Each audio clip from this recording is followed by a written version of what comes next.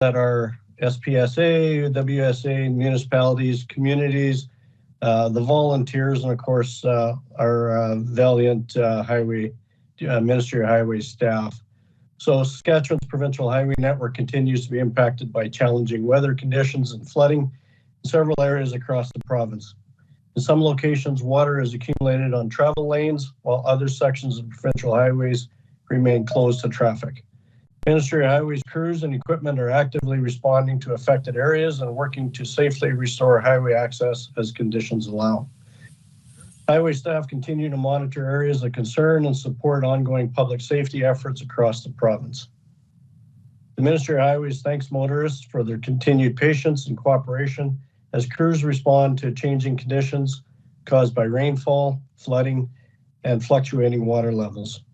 Drivers are reminded to remain vigilant, follow all posted signs and directions from flag persons, and adjust their driving to current road conditions. While conditions remain fluid and may change with little notice, currently areas of higher impact include Prince Albert and the Yorkton areas. Be prepared to reduce speeds or stop. Highway 5, both directions from Mikado to 12 kilometers east of Highway 9 is closed due to water flooding.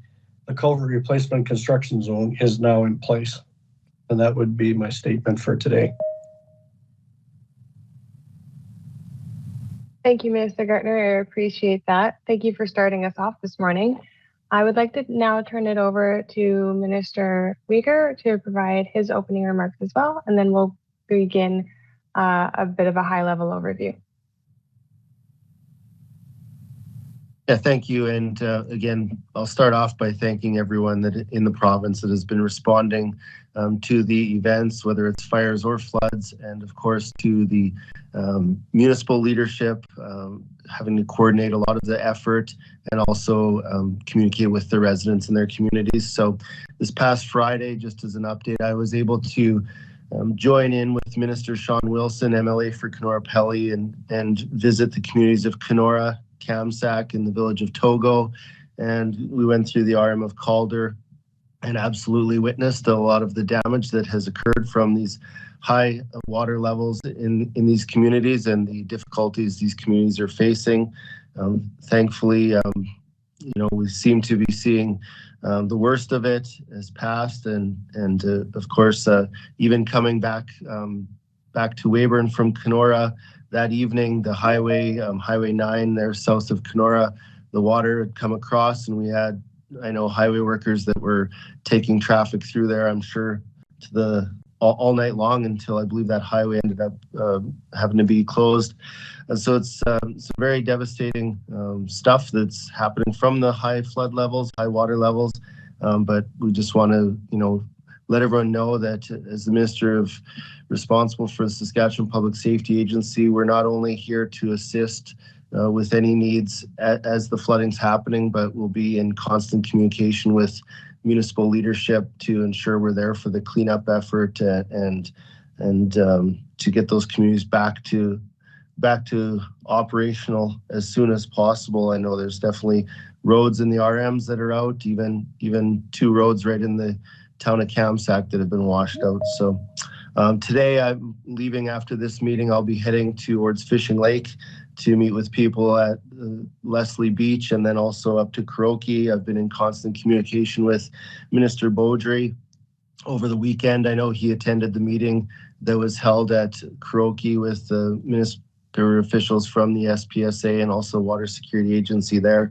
So I'm looking at heading over to the north side of Fishing Lake as well today to meet with people and again see what they're dealing with, and it's very unfortunate stuff. And again, my heart goes out to the people trying to deal with this flooding and also the damage, the wet basements and damaged property from the flooding. So we'll just be in constant communication with the municipal leadership in those areas to make sure that if there's a need that can be filled by the Saskatchewan Public Safety Agency, that we do our best to fulfill that.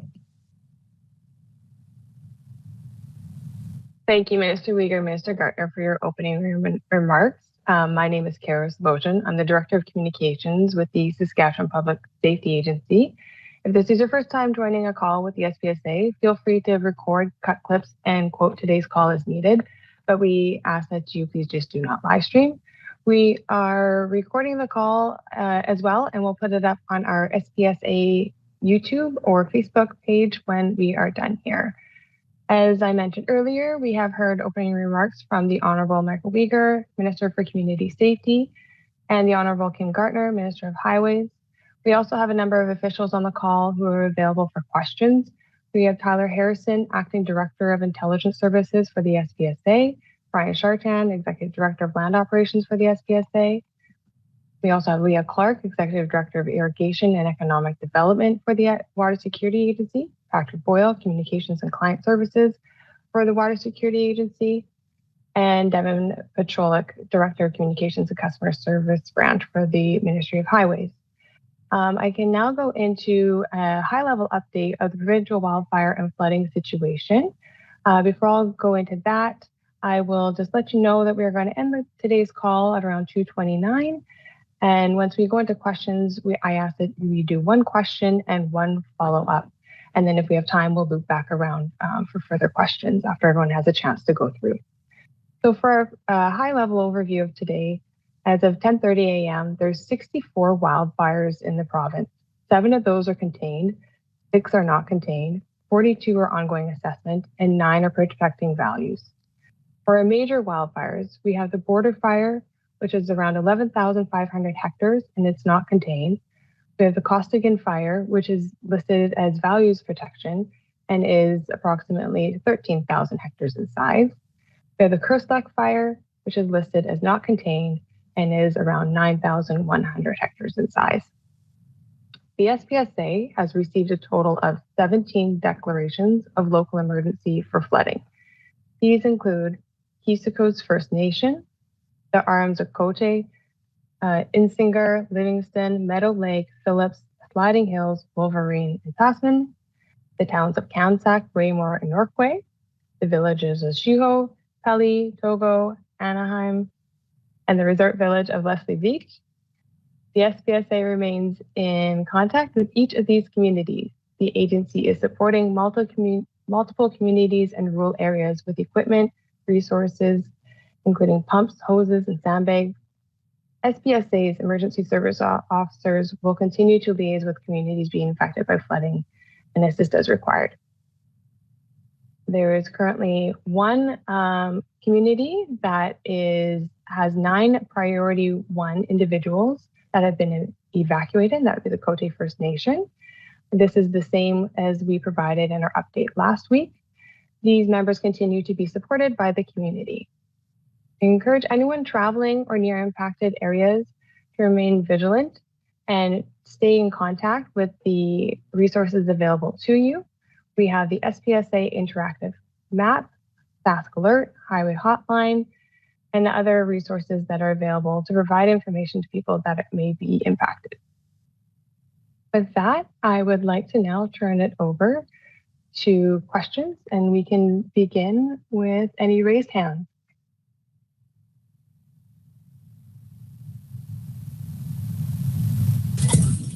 Thanks. We can begin with Chris, and as usual, I would like you to please begin with your name and your outlet, and for your one question and one follow-up.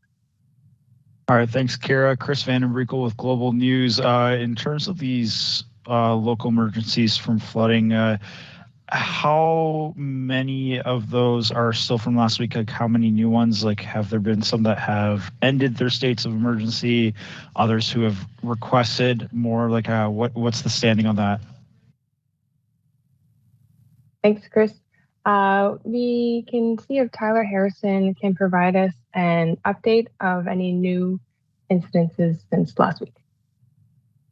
Yeah, thanks for the question. Since last week, since the 4th of July, we have had 3 new declarations of local emergency.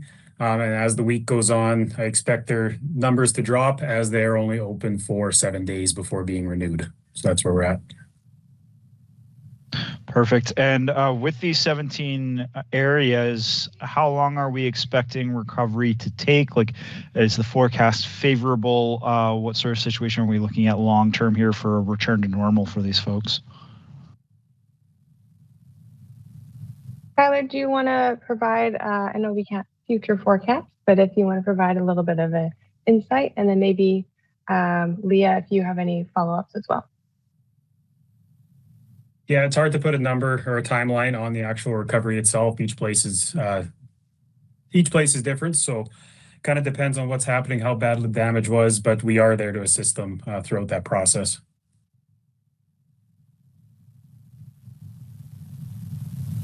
Leah, did you want to add anything to that?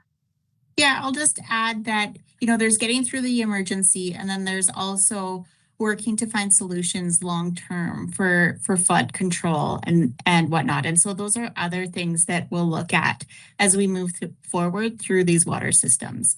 There's also funding available.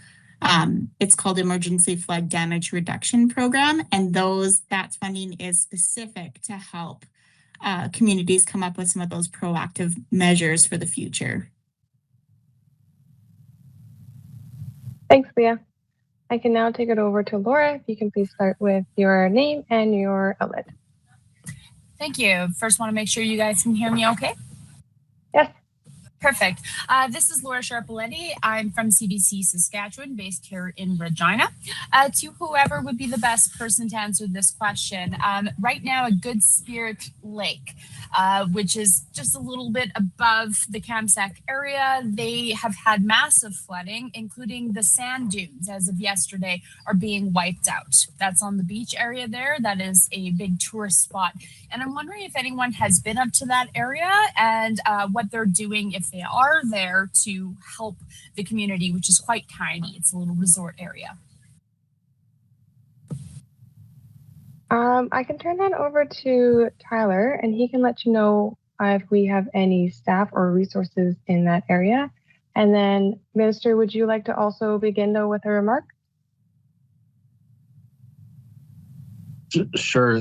Thanks for the question, Laura. And I'm very familiar with those sand dunes you referred to because my family's had the pleasure of visiting those over the summer, many summers, in fact.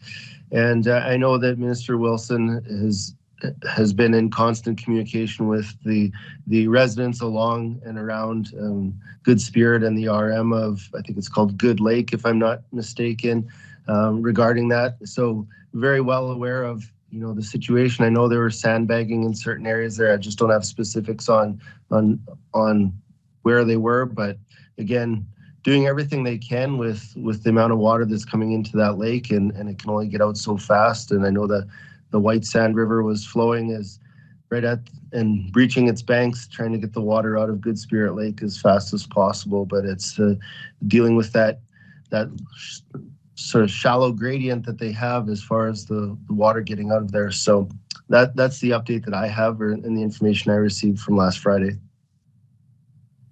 Thanks, Minister. Tyler, do you have any specifics on that situation in that area? Yeah, our emergency services officers have been in contact with the area, with, as Minister said, with the RM of Good Lake, as well as with Burgess Beach in that area. So we do have equipment being sent out as we speak, and there is equipment on the ground there, and we do remain in contact with the local leadership in the area. Thank you. Laura, did you have a follow-up? I do want to thank both of you.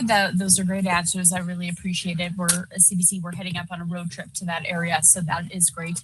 My follow-up question is the amount of videos coming in of, a couple days ago of the highway, the road conditions between Kenora and Yorkton were intense. And I'm wondering if you can really explain to me, first of all, if you know how high that water level got. It's okay if you don't. And what the cleanup / maintenance to protect this from happening next year after would be like. Anything you could provide in terms of that roadway, especially between Kenora and Yorkton. Okay, a few areas we can go on that one. I'll start off with Take your pick. Devin. Devin, if you want to speak to the highway piece to it, and then Leah or Tyler, one of you can provide some remarks again on the post-event. Yeah, that area is a one of concern near the Yorkton region. The Ministry of Highways prioritizes maintenance based on many factors. I'll start with that. Traffic usage, economic impact, and of course, safety. That's number one. Historical flood data is also a very important consideration. And I also want to say that there is flexibility built into highways yearly maintenance to account for events like this. As for mitigation during an event like this, Highways has a number of ways to ensure roads are safe for motorists during these events. So these include using aggregate to fill in washed out roadways. In some cases, even metal plates to cover holes as a temporary measure. Temporary bridges, temporary culverts to help drivers cross bodies of water where needed. These are measures that are generally temporary, and that helps our crews and engineers come up with more permanent solutions as we are forward looking. So as for the actual height of the water, I don't have that answer, but I hope that answers some of that. I appreciate that, Devin. Leah or Tyler, do one of you want to provide some remarks about post-events or flood waters? What I'll maybe speak to is the actual event itself and the water levels. So I can't speak to exactly how that water came together on the ground, but I can tell you that that area did get between 100 and 120 millimeters of water in a very short time. And so that is why we saw the impacts that we did. I'll pass it to Tyler in case he has something to add. Yeah, I'll just add for local municipalities in the area that if there is any sort of recovery efforts that they may need to do, there is the Provincial Disaster Assistance Program that if they reach out to our agency, we will be able to provide them with some more information as well as help guide them through the process of applying for a designation. Thank you all. Those are great answers. I really appreciate your time. How thorough. Thanks, Laura. Now we'll go to Sierra.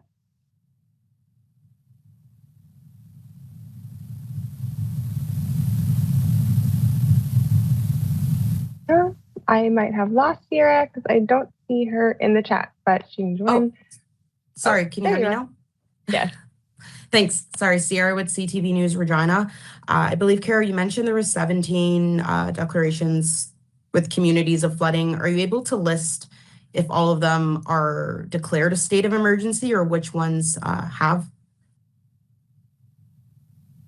So the list that I would have provided would have been the declarations of local emergency that have been submitted to the Saskatchewan Public Safety Agency. Do you want me to put that list into the chat? Would that be helpful? Sure. Yeah, that'd be awesome. I just wanted to make sure those 17 was the state of emergency. Thanks. And then the question I have in regards to the wildfires, I guess compared to last year, whoever this is directed to, what preventative or resources are being handled, I guess, this year to kind of combat it? Yeah, I can have Brian Chartrand answer the question about our response for this year.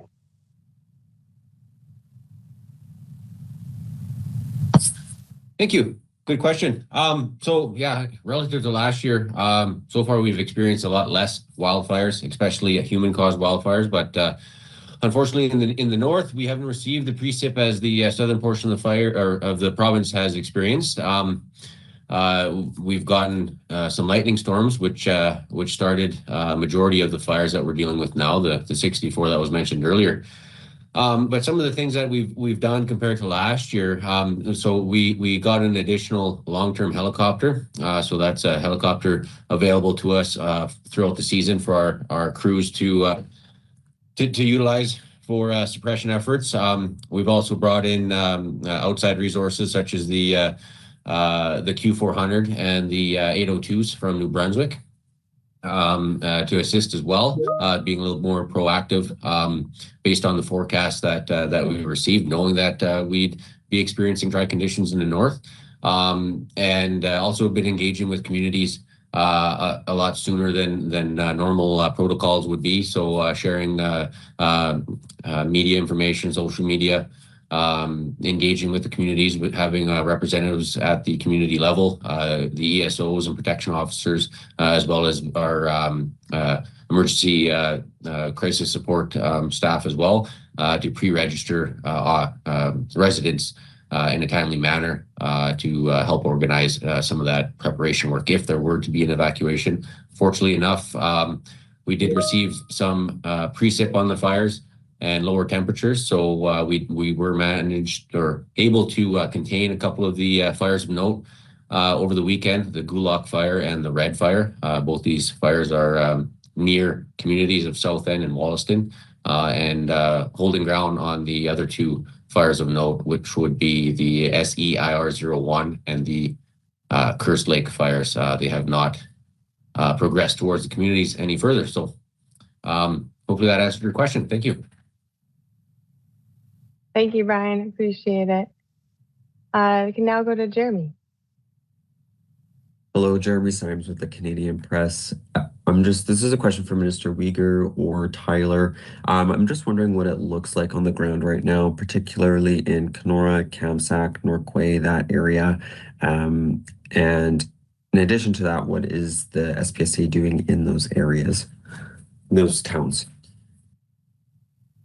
Sure. Minister, do you want to start off?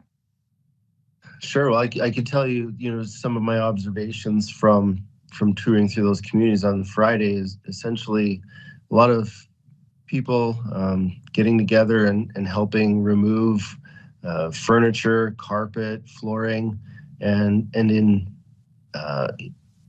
Kenora, for instance, there's actually a stockpile in the community that of people just you could be seeing them driving their half-ton trucks down to unload this damaged property in this location to later be hauled away, and people making trips out to the transfer stations. In Kamsack, again, I think the number that we were provided from the administrator of the town was that approximately 70% of the basements had some sort of water damage, which is a very high number. So you can imagine everywhere you look, people are just trying to get cleaned up, and they've got cleanup companies, shampooers, parked in their driveways, and the doors are open, and on their lawn is their damaged goods, and then there's as you drive through the RM, it's just the amount of water flowing where water doesn't normally flow, and when you head south of Kamsack, it's almost as far as the eye can see in the valley, which they call the flats. It's all underwater. And you cross a bridge and the water's right at the bottom of the bridge, and flowing through as fast as it can down that chain.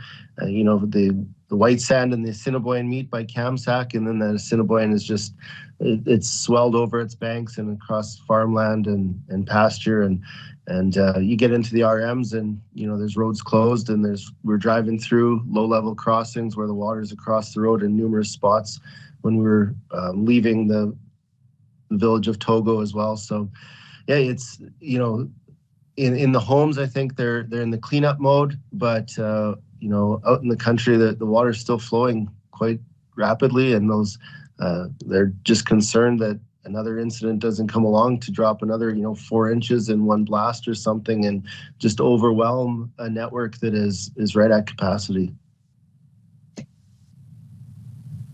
Thank you very much, Minister Uyghur. Tyler, did you want to add anything to that, or are we okay to move on? Yeah, I can add a little bit to it. So when we receive the declaration of local emergency from the communities in that area, we are in touch with them as quickly as we can. So what we're doing with some of the communities down in that area is we are providing flood equipment to a lot of them, specifically pumps, sandbags, and if needed, we could provide manpower as well to help.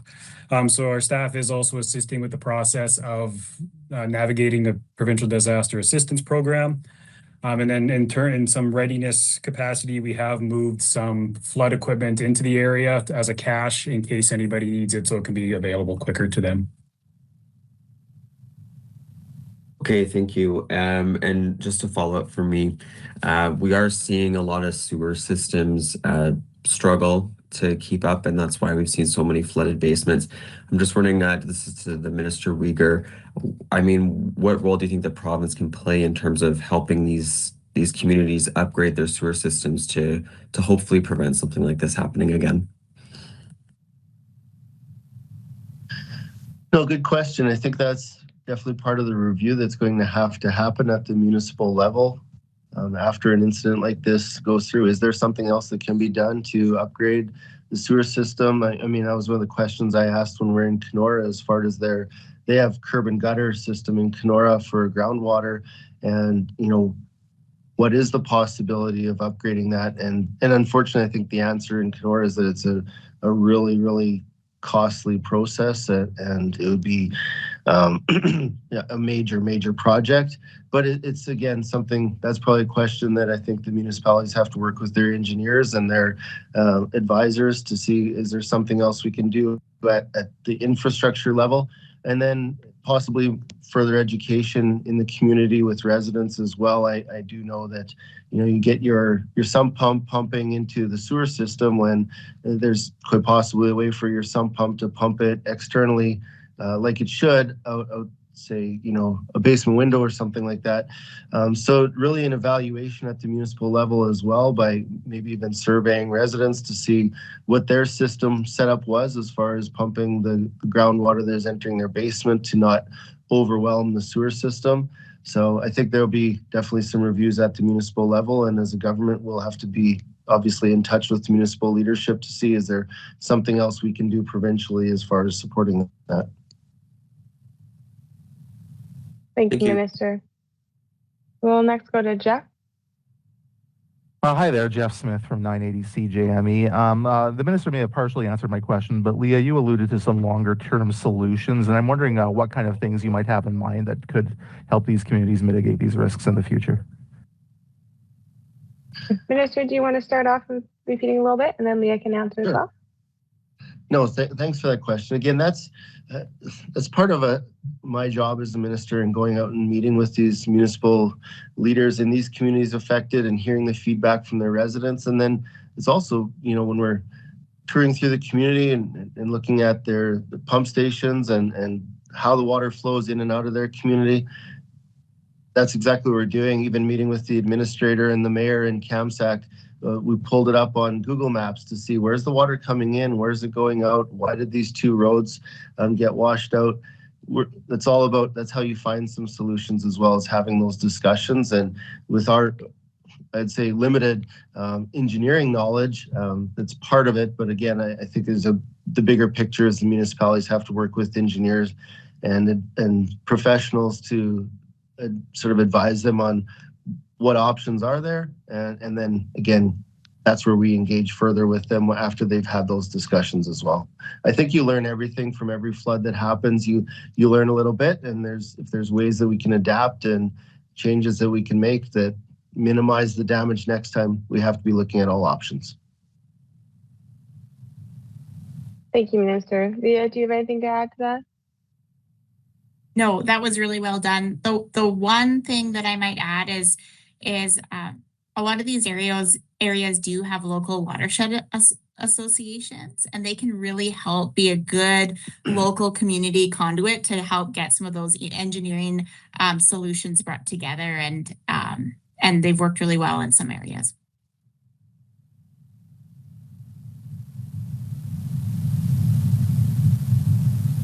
Okay, we have reached 2:30, and I believe we've gone through everybody once and done all the follow-ups.